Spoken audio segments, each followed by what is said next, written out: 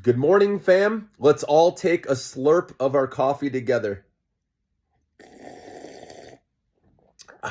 Nothing better than that first sip of coffee, right where it hits your throat. Oh, so nice.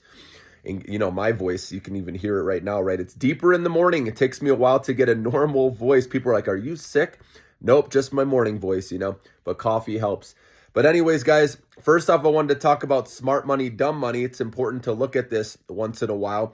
So smart money means institutions, and dumb money is considered retail traders, which is us, okay? So what that's showing right now is smart money or institutions are selling stocks, whereas retail traders are buying right now. They're gobbling up shares. So a little bit of FOMO here happening, okay? And so, like I said, this could last for a little bit since retail traders are buying. Stocks may continue to go up. It will all depend on what gets negotiated, obviously, over the weekend, right, with Bessent and the member of the Chinese ministry. If they can make some progress, then stocks could possibly go a little bit higher. But I think we're closer to the top of this latest rally versus the bottom, obviously, right? You guys know I was saying to play it up, right, over when stocks were much lower. And now here we are, guys, okay, bumping up against the 200-day moving average, okay? And maybe we can retest it, maybe, have a fake out above it before coming back, or maybe we do break out. It just depends on what progress is made with Chinese tariffs. Obviously, if we bring these down, let's say to 50% tariffs, from 140 and 125, remember, those are the numbers on both sides, then that's going to make a difference, right? Even though it will still affect, companies' numbers, right? Probably affect their guidance later still because of tariffs being higher still than they were, okay? And also can affect the economy of both companies still having higher tariffs. So that's why down the road, right, is where we'll see the data, see China in the U.S., our economies in GDP weakening still because of the higher tariffs, okay? But in the short run, it's going to give, people hope, investors, that, okay, we have brought these tariffs down and maybe they'll bring them down more. Maybe we're going to get more deals with other countries. But do remember, in the end, Trump raised these tariffs just to bring them back down a little, right? So net, we are still have higher tariffs, right? So that's how you got to look over the next, 6 months. That's why I think if they aren't completely reversed and they all are still higher than they were, like I said, that's going to be felt later, and maybe around August, September, we have some issues, okay? That's what I'm personally thinking when looking out, but no one has a crystal ball and knows for sure, right?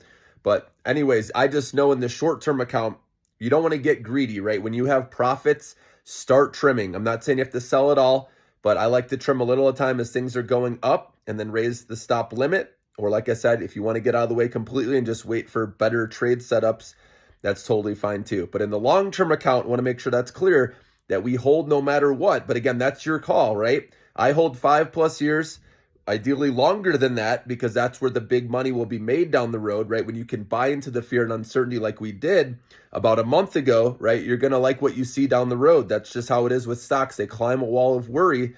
And while some people are worried over a lost decade, right? That's what keeps people out of the market. I understand that.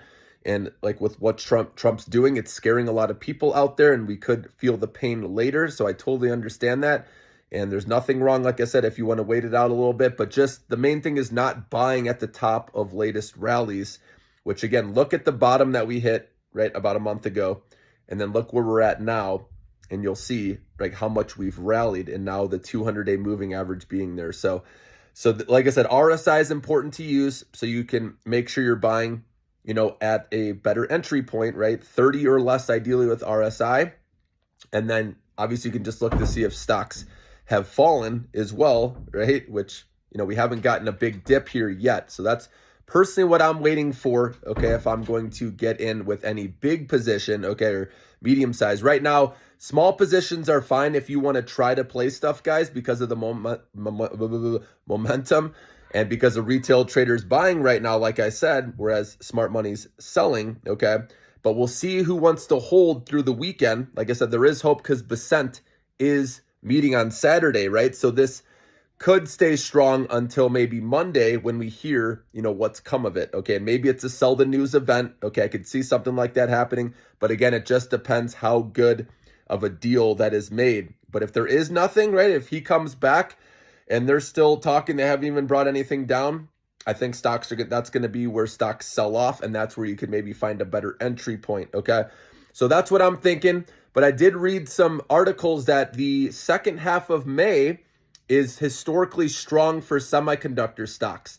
If you look at the SOXX, which is the semiconductor sector, it has performed strong beginning of this, seasonality where it helps supposedly 14 out of the last 20 Mays over history, over the last 20 years, have been positive. So I posted an article in the community if you want to check that out. Remember, just go to my YouTube page, Brett the Stock Picker, and then click community and then scroll down and you'll see it there. So check that out if you can, once a day or every other day or something, because I do post stuff in there often. So have a great day, guys. Hope you have made some money here over this latest rally. And like I said, maybe it can continue today. And always have a stop loss, though. That's the key. You can play anything as long as you're controlling your position size and always having a stop loss in your short-term account.